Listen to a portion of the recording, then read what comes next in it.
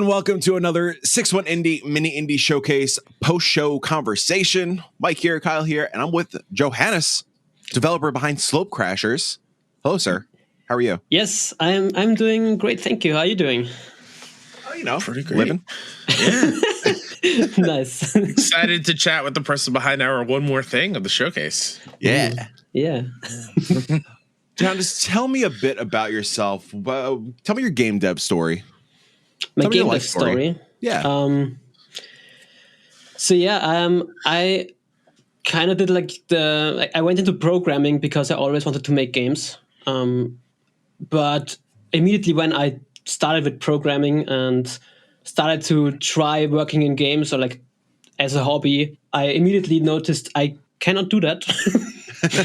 It's way too difficult. So I kind of abandoned that for a little while. And only like years and years later came back to it. I would say maybe I evolved a bit with my skills, but I think it's mostly the tools. Like this was when like Unreal Engine 4 became free. I was like, okay, I'll try it now. Mm-hmm. Yeah. And yeah, starting with that, I kind of like put in lots and lots of hours into that because it was just like fun experimenting with this whole thing. And yeah, I started dabbling around making, like my first idea was a survival game that I wanted to do. And after 2 years, I was like going nowhere. So I was like, okay, let's do something small first. So I did some smaller mobile games and stuff. And yeah, at some point I was like, okay, I think I'm ready again for something bigger. And I started working on Slopecrashers. Because I really like these types of games and there are none. So I thought, okay, let's go. Let's do this. Yeah. It's a shame that something that I think we all grew up loving, from the cool borders to the SSX to the 1080. It seems like we are devoid of snowboard games, and it's so sad. And so when we saw Slopecrashers, like, yes, please. When like immediately. Yeah, immediately. So what is it about like the snowboard extreme sports kind of genre of games that made you want to make Slopecrashers? I guess it starts with Snowboard Kids, because that was one of the 3 games that we had as kids on the N64, and we had to play that for years. And luckily, it was a very fun game. Yes. So we played that a lot, and I don't know, it's just like never kind of. I always played it again and again, and I always searched for another game like this, and. There are some games that come a little bit close, like other snowboarding games, but maybe it's just the mashup of like kart racing and snowboarding for me, that does it for me. And there's just nothing like that. But I also really like the SSX games, and especially all the physics in the SSX games. Like, I don't know, I came very late into that genre, like into that franchise, unfortunately, and I like played them in reverse. But it's like every time you go like in a looping or something, it's like, oh my God, this is so good. And yeah, so I thought, okay, I want a game like Snowboard Kids again, but I want to make it way like more dynamic, like the other like SSX games, for example. And that is kind of how I started. And yeah, I mean, it's been 5 years. Oh wow! So yeah, it has been a while. So yeah, I'm a solo dev of this project, and the first thing I did was the physics, and that took a while, but not too long. But yeah, after that, all the like art and stuff was something I didn't know anything about, because as I mentioned, I came from programming, and so I started the game very like, okay, that's easy. A snowboarding game, there's not much to it. There's like a little bit of snow, a little bit of rocks, a few trees here and there. And I can do that. My art skills will probably do that. And very quickly, I realized if I only focus on these 3 types of assets, then it's very boring. And I went way overboard with, you probably, you saw the trailer, like it's like in cities and desert and everything. And that's kind of the explanation why it's taking so long. But I'm coming to the finish line now with the game. That's awesome. I mean, that's kind of the cliche with any creative projects. It's like a project is never done. Oh, yeah. Like you're just going to keep adding stuff. That is very true. Are you doing the art yourself as well? Yeah.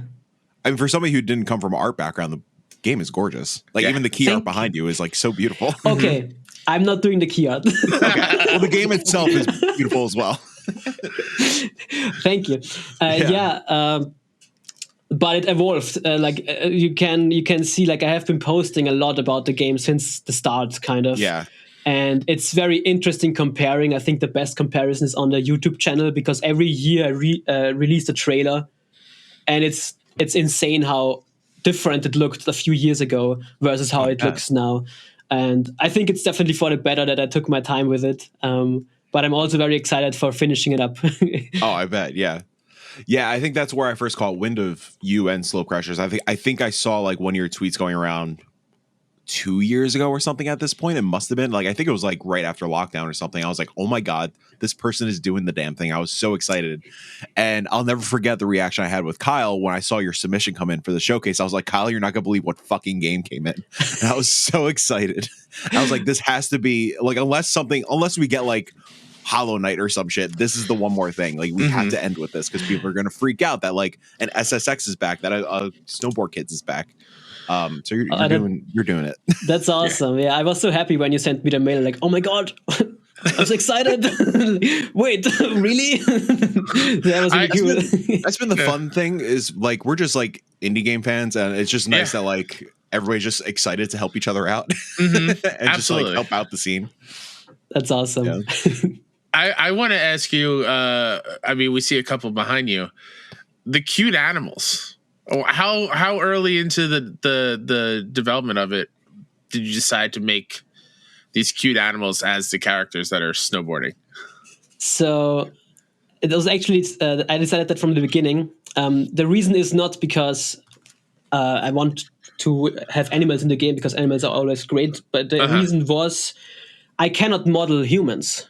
It doesn't work. Like, it doesn't work. So I thought, okay. So I tried. What was the first thing I modeled? I think it was the lemur. That's my character. That's my character of choice. Awesome. Mine too.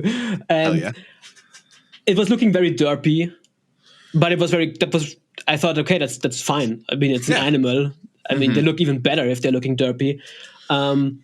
So yeah, I kind of went with that, and I have this thing where I think that's a good idea at first, and then it just becomes way more work. Because when I didn't think about that, I have like 8 different animals now in the game, and all of these are so different that I cannot reuse any of these animations for any character. And it's like, oh my God, I really didn't know. I didn't think. Well, now you know for Slopecrashers too. That is true, but I don't think I want to go back to humans or anything. I think this is way too fun. Yeah. I think even the animals, like when I initially saw Slopecrashers again, like years ago or whatever, like I got the SSX vibes, I got the Snowboard Kids vibes, but I also got the Diddy Kong Racing vibes. And I don't know if that was purposeful. And even after playing the game, it's like, oh yeah, this kart racing feels like Diddy. Like it doesn't feel like Mario Kart. It feels like Diddy Kong Racing, which is another kind of type of kart racing that doesn't exist anymore. It's like a very specific kind of feel. And I think like, I don't know if it's purposeful or not, but you captured that spirit of like the Rare, like the developer Rare. I think kart racing. I think I recently kind of discovered what it is, because I have gotten this before. It was not really my intention, but I think what it is, the added freedom on top of the kart racing, because Diddy Kong is also very like, you have a lot of freedom in that game. And in Mario Kart, you don't really have that, because every single place that you can drive to, Nintendo knows that you are driving there. And there are sections where you glide, there are sections where you jump or do a stunt, and there are sections where you drive or drift. That's about it. And it's good for what it is. Oh, of course. Yeah, I think with Slopecrashers, I add like a lot of dynamic to everything. Like you can do a stunt all the time. It probably won't work out for you if you do it like on a straightaway with no ramp or anything, but you can do it. And if you pull it off, then it's a reward for you, because then you get boosts. So yeah, it's probably that like a little bit. Yeah. Yeah. I think you're right. Yeah. It's that kind of freedom that like, okay, I could go left where like it's kind of like a straightaway, but there's a rail on the right, and I could try to like get that like grind and get that little initial boost that maybe it's like a longer path, but if I get that boost, I'll sneak out ahead of time. Yeah. Yeah. I think it's like pretty brilliant. Thank Does And it makes it more fun. does each character have like their own like move set, like a special move or whatnot? Yeah, they all have their own stunts and also Sweet. their special stunts and stuff. But I'm still like working a little bit more on this whole trick system because so many play testers come from SSX or from Skate now, and Yeah. they they want way more stuff. They want like because I thought, okay, this is very simple. Let's just do like one button is like a trick, and it just chooses random tricks. And through two playtests, it already evolved so that you can kind of set the controls so that you choose your tricks. And now there's like, I don't know, 8 directions, so 8 tricks. And now I'm enhancing it even more, so there's like way Wow. more stuff to do. Wow. Yeah, also I have to add this one trick now, the Christ air. I don't know if you know the Christ air. Absolutely, I know the Chrysler. I recently like stumbled into like a TikTok rabbit hole where people are just atheists wouldn't believe this, and then yeah, and it's like the Jesus dressed character in Skate doing the Christ air, and then some people requested on my TikTok that I add that I add what's it called on TikTok, the steezus. I should add him to the game, and I was like, okay, I gave the capybara a T-pose, and I did this in a trick, and I made a video, and it had like more than 1 million views now. I'm like, okay, I have to add this now. So funny enough, I was telling Kyle last night. I don't know if you saw on TikTok as well. Capybara is really big on TikTok right now. Yeah. So I was like, oh man, like between like the Christ Air thing and capybaras, you got yourself a fucking hit. Like you're a sure on success. Yeah, but it's interesting. Like I have like capybara is always like kind of a meme animal for like the last few years. And it was like a meme already like a year ago, and I was posting consistently there, and the algorithm was like, no, not having it. And now I'm posting it, and it's like going crazy, and people are complaining in the comments, oh, the meme is dead, the meme is dead. I'm like, well, it looks like it is. Fine. Just I don't know. views. It's fine. I don't give a shit. That's really funny. So you just said like some of your testers are coming from like SSX or Skate, like more of these like simulation, like loose simulation kind of like extreme sports games. We chatted with the developer behind Splash, another game in the showcase, and he was kind of explaining the similar kind of thing where like Splash is more akin to Smash Brothers, where it's a more simplified fighting game. Whereas like a lot of the testers or a lot of people they wanted something like Street Fighter or something a little more in depth. It sounds like you're kind of sort of embracing the Skate, I guess, comments or whatever. Like, is it a challenge to try to like flesh out that moveset even more? It is in a way, because I don't want to make it more complicated for beginner players.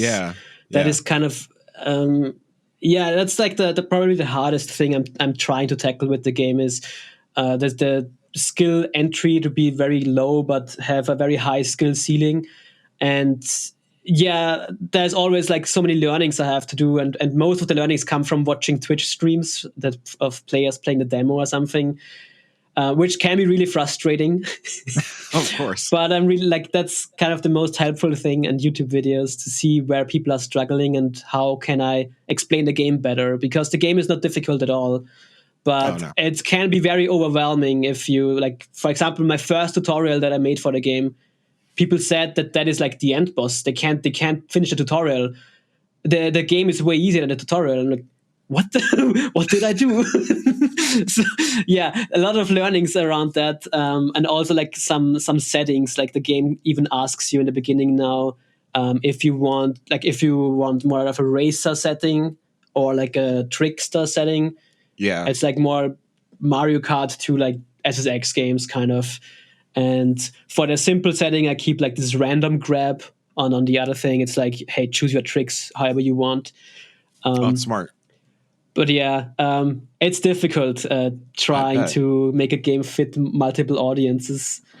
But we'll see. Maybe I'll get there. I think having that playstyle choice is probably the way to go. I mean, granted, at the end of the day, you can't please everybody. Like that's just, it is what it is. Yeah, but true. I've noticed that mechanic recently, or like that setting recently, and Kyle's gonna laugh at me because I always bring up this franchise. But Sonic Frontiers, for example, like brought on the shut up, Kyle.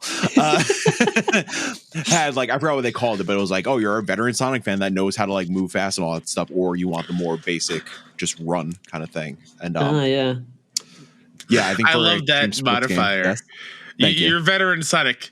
You know how to move fast. I forgot exactly what it says, but yeah, you know. No, I know. So I think that would work very well in an extreme sports like game. That like, yeah, you could tailor to the skate folks, but you can also tailor to the kart racers. Yeah. Cool.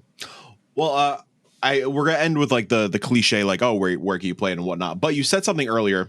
You said Snowboard Kids was one of 3 N64 games. What were the other 2 N64 games? Yeah, it was Mario Kart 64, of course, sweet. And Mario 64. Nice. Yeah. That's a great 3 games. Yeah, those are good 3 games to keep you occupied for sure. Yeah, it was definitely was like a lot of my childhood, those 3 games. And it's funny because like it took me years to finish these games. Like, well, yeah, especially back in the day, Mario 64 is a daunting task. Trying to get all the definitely. stars. Or I remember Snowboard Kids. That was the only game that needed a memory pack, and we didn't have a memory pack. Oh yeah, and we also got like the Nintendo 64 so late in the life cycle that you couldn't buy anything anymore. I mean, eBay and stuff came later, but sure. I didn't have a memory pack. And I also didn't know that the game had way more content than the game shows. So you have to unlock stuff. And every time I played the game, I was kind of like speed running it to complete all the gold medals. And it was like after years of playing this game, suddenly I unlocked another track. And I was like, wait, what the heck? And it like opened a new layer to the game. And then starting from then on, every day I had to speedrun the game again and try to like get to the next one and finish it. So yeah, that's incredible. That reminds me of like when I was younger, before I owned my own system, we were able to rent like a PlayStation from a Blockbuster, and I would bring home Crash Bandicoot as the one game. And I would constantly keep playing the first few levels because it didn't come with a memory card. So every time I would have to turn the system off, I'd have to restart the whole thing over and over and over again. So when I finally owned my own, I saw there was more to this game than that first few area. I'm like, whoa, this is crazy. How big is this game? Kyle, I didn't realize we shared that in common because like when I bought my PS2, I got the PS2 Crash and I didn't know the PS1 memory cards didn't work with PS2. Yeah. So I left my PS2 on and I eventually burnt it out. Wow. Yeah. No. So instead of spending however much on a memory card, I had to buy a new console. Or my mom did. Oh no. Well, Johannes, I don't want to keep you too long. Where could people play Slopecrashers? When can people potentially play it? No pressure and all that stuff. Where can people follow the snowboarding journey? Oh, good. It's right now there's a demo on Steam. I really like getting feedback through that and just like refining the core gameplay by letting as many players as they want to play the game. So the demo is online now. And yeah, so Slopecrashers on Steam, and I am working on console versions perhaps. Nothing to announce there yet, but kind of. Definitely, it feels like the game should be on console, but yeah, I don't know when it will be done. I'm aiming towards the end of this year right now, but yeah, it's also like kind of a hobby thing still. Like I still don't have a publisher or anything, so it's just like whatever time I can come up with, I work on the game, and yeah. So that is that. And if you like want to stay up to date with the game, I don't know. I feel like I'm posting probably most on Twitter and TikTok and at ByteParrot.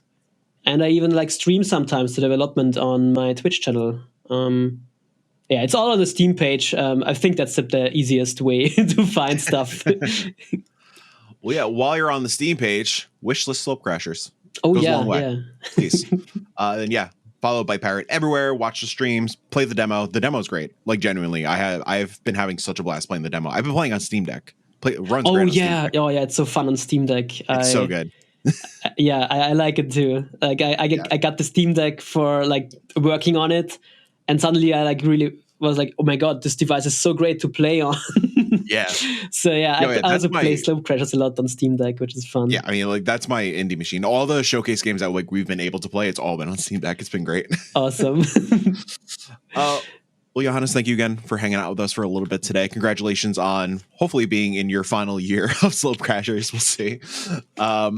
Yeah, everybody go wishlist Slopecrashers on Steam. You could get the link on 61indie.com/showcase. If you haven't watched the showcase yet, watch the showcase. What are you doing? There's a bunch of cool games that you should be paying attention to. I've been Mike. That's been Kyle. Goodbye.